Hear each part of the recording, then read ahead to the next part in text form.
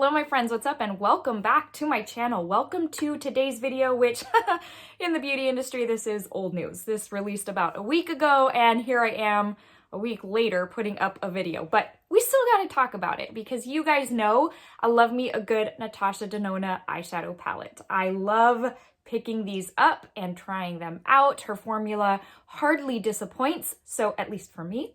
So let's talk about this because we've got swatches to go over, a couple different skin tones, as you guys know. We're gonna put this on my eyes and we're just gonna talk about how this worked for me.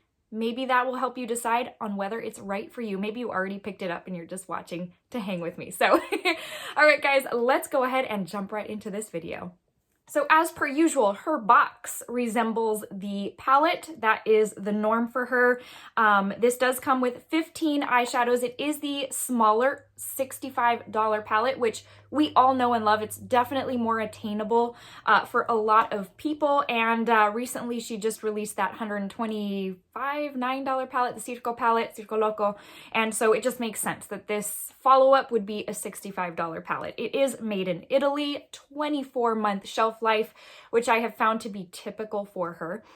It does come with an array of finishes. So it's going to have mattes, metallics, duochromes, and Chroma Crystal, which is usually my least favorite formula from the brand. So that being said, let's go ahead and toss this to the side and talk about the packaging. It is the same hard shell packaging with the same kind of matte rubbery feel on the back. The little pinholes are there in case you want to pop them out and rearrange to your liking or even switcheroo between palettes. I don't ever move them around. I leave them where they are because I like the shade name to match the shade, but it is convenient for someone who does want to move it around. Maybe you're a makeup artist and you kind of want to switch them to what you would kind of follow. So let's go on to the inside. I mean, I will mention it, I don't need to, but mirror on the inside, that is standard for Natasha Denona, and here you go. When I first saw the promo pics for this palette, I was immediately reminded of Circo Loco. I think it was because of this shade. I was just like, oh, something so similar already. So I feel like I kind of had a mix of Circo Loco and Bronze Palette vibes going on with this. I did pull those so that we could really see if that is the case. But anyways, here we go. Here are the 15 shades. I think this color story is very appealing. It really drew me in. It's got a mix of pops of color, at the same time going some neutral, and you've kind of got a one-stop shop with this palette. So that being said, let's jump into swatches because I'm, ready to share those with you. I love doing swatches. So let's jump into that now. Here we go. Mindful, Luster, Balance, Flow, and Mantra.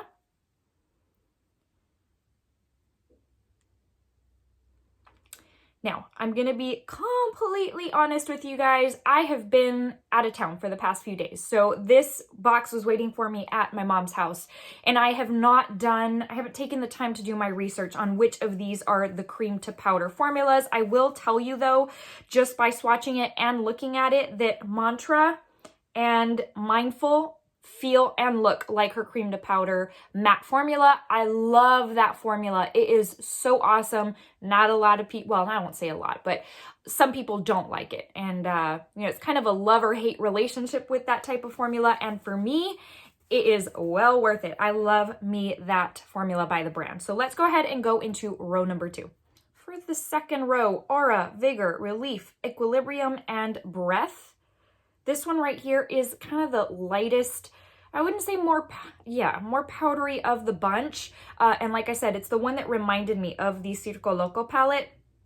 But I kind of want to do a comparison, what I was trying to say, of what those look like. But here is what you look like. Or here's what they look like. This totally, Breath, I feel like is the perfect name for that shade because it's kind of like a breath of fresh air. It reminds me kind of like a minty gum, but at the same time, it's so light and so just airy that breath, I think, is the perfect term. I would be terrible at naming shades. So yeah, whoever was in charge of that, I think did a good job. Let me grab row number 3. Here we go is Sense, Tranquil, Calm, Yama. I don't know if I'm saying that right. And Zeal. Zeal's like a deeper olive shade. I live for these types of shades, and it reminds me very much of a shade in the Safari palette. So I'm kind of glad to see those type of earthy shades making their way to other palettes of hers. I really appreciate those types of shades. So here we go. Wow, I actually got it decently straight this time, I feel like. Not perfect, but yeah. So this shade right here is the Chroma Crystal shade, which for me can be very hit or miss by the brand because sometimes they are great. Sometimes they are so light that it's just kind of like a topper type of shade. And I think that's what she means it for. You know, you can use it as a light wash. You can layer it on top for a little bit of extra punch, extra sparkle, but it's just not my favorite finish by the brand. So just pointing that out, we are going to use it in the demo today so that you can see how it works. But yeah, that's what we've got going on. Definitely a very, there's a variety in this color story, which I truly, truly appreciate. And I think a lot of people will too, just because of the neutral aspect, and it's got a couple of pops in there for my pop of color loving ladies. So that being said, let's jump into the demo so that you can see how easy this was to apply. Literally so quick, and I hope you find it helpful. If you already own the palette, maybe you can draw some inspiration from it. Let's get started. Starting off with the shade Relief, using an IT Cosmetics blending brush from a holiday set a few years ago, just laying this down in the crease. This is so pigmented. Y'all know I am a 2-layer in the crease type of girl. I just went in with 1 layer. It is that pigmented, that smooth, and that easy to blend out. Next, going in with a smaller blending brush. I think this one's by MAC. It's very old. Going in with the shade Vigor. This is the more cranberry red shade, matte shade of the bunch. And just placing this on the outer portion of the crease as well as the outer portion of the lid. This is what I want to peek out kind of at the end of the lid. We're going to deepen it up, but this is just really going to just peek out there at the end. Going in with that same IT Cosmetics brush, no additional product, just adding a little bit more from what was on the brush so that it peeks up through there. And then going in with the shade Zeal. This is the olive earthy tone, which I love these types of tones, these khaki types of tones. And just going in with a very small Real Techniques, kind of a detail blending brush, and placing this down also on the outer portion of the lid, but not as far as that cranberry shade, again, so that that one can kind of peek through and you can see that gradient effect. Going in with my Fenty Pro Filter Eye Primer, you guys know this is a staple for me in each and every video when laying down metallics or foils. So we're going to go in with the shade Sense, and this is kind of a coppery brown shade. Using my finger, it is easiest to use the finger when using these types of shades, like a dynamic duo between using the finger and the Fenty. Notice I'm leaving that little arch area kind of bare because I'm going to go in with that Chroma Crystal shade called, I think it's called Yama. Oh gosh. My apologies if I'm pronouncing it wrong. I'm using a small Morphe, this is like a stumpy shader brush, it's kind of short, and easy to place there in the crease area. So going from my inner corner up, creating an arch where I showed you earlier that I had left it bare. Going back in with the shade Relief and an IT Cosmetics, I guess it's kind of like a liner, just smudging brush really, from a holiday collection also a few years ago. Just placing that on the first quarter to half of my lower lash line, and then we're going to flip it over and go in with the shade Vigor, and we're going to place that on the half to outer portion of the lower lash line, kind of just mirroring the shades that are on the lid. That's no surprise. If you've been with my channel, you know that's typically what I do. Going in with liner and mascara, liner and lashes, and this is the final look. I hope you found some inspiration by it, you guys. Alrighty, my lovelies, I hope you found that helpful as per usual. So let's jump into how this palette worked for me. That way you can maybe make a decision as to whether it would be right for you. So first off, I'm just going to give a very high-level statement, and that is that this palette worked as I would have expected it to. There were no surprises.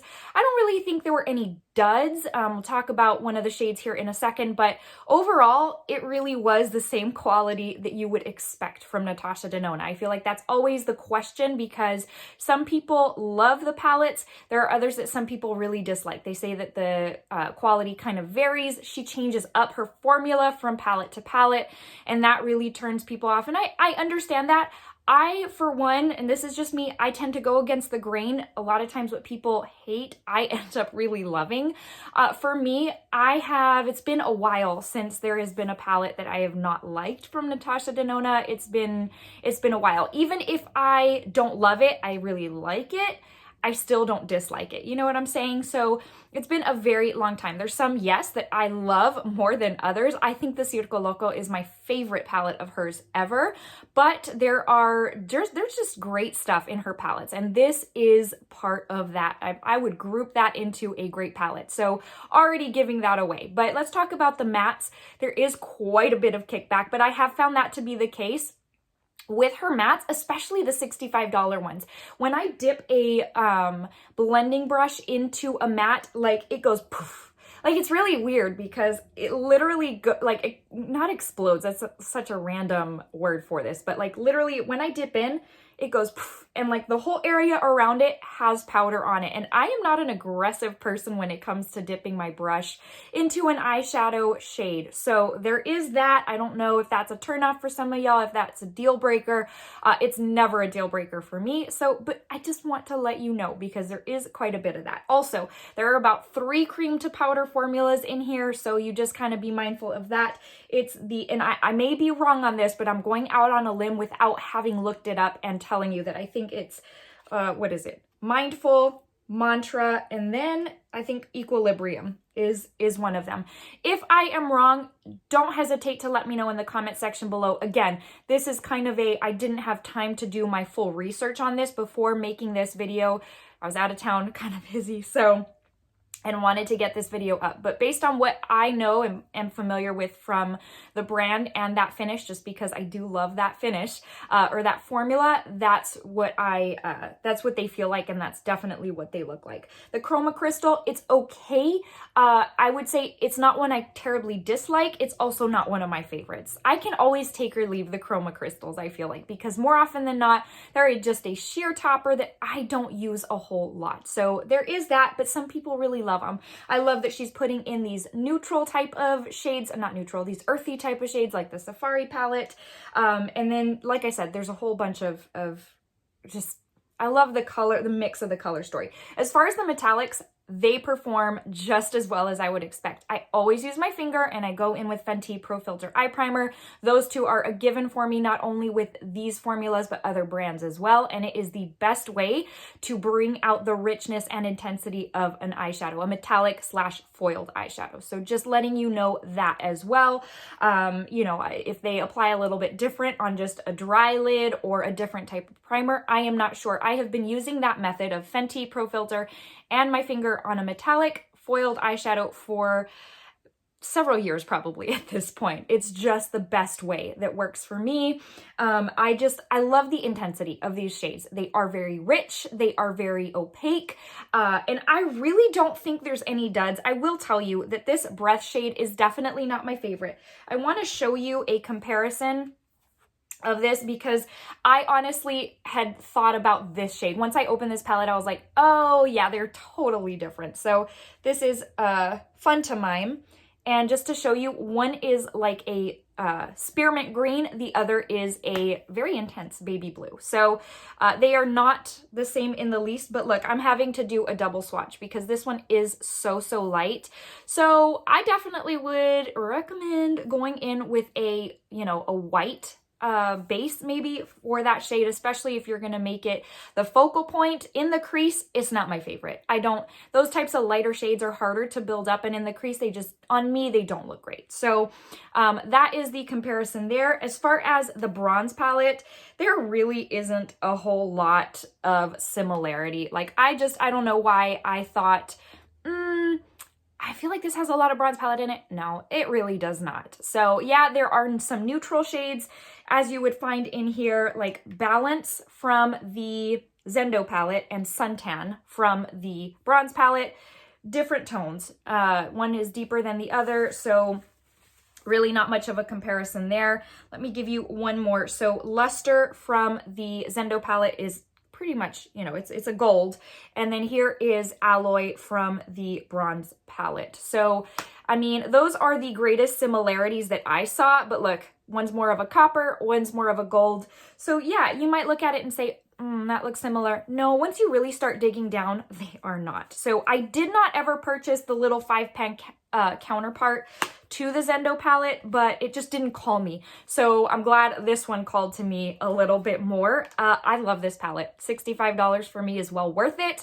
I love the quality. I'm excited to keep on using it. For me, it's rare that Natasha Denona goes wrong with an eyeshadow palette. And if you share my same interests in color stories and formulas, if you share my same interest for the brand's eyeshadow palettes, I don't think you will be disappointed. Well, that brings us to the end of today's video. I hope you enjoyed and found it some sort of helpful. Before I let you go, just want to give you a very quick verse of the day from Colossians 2:7, and it says, "Let your roots grow down into him, and let your lives be built on him. Then your faith will grow strong, and you will overflow with thankfulness." Thankfulness is key. It's so, so key to always be thankful in your heart, but also to be strong in him. Let your roots grow down into him. He is just the sustainer of all sustainers. I can't even tell you how strongly that I emphasize that. And it is my prayer that if you don't already know Jesus as your Lord and Savior, that he would make himself ever so real to you in this very moment. If you've been searching for him, that you would have no doubt that he is calling you and that he is knocking on the door of your heart. He loves you so very much. All right, friends, well, I will let you go. This concludes today's video. Thanks again for spending some time with me. Stay safe and stay well, my friends. I will see you in the next one. Have a great rest of your day.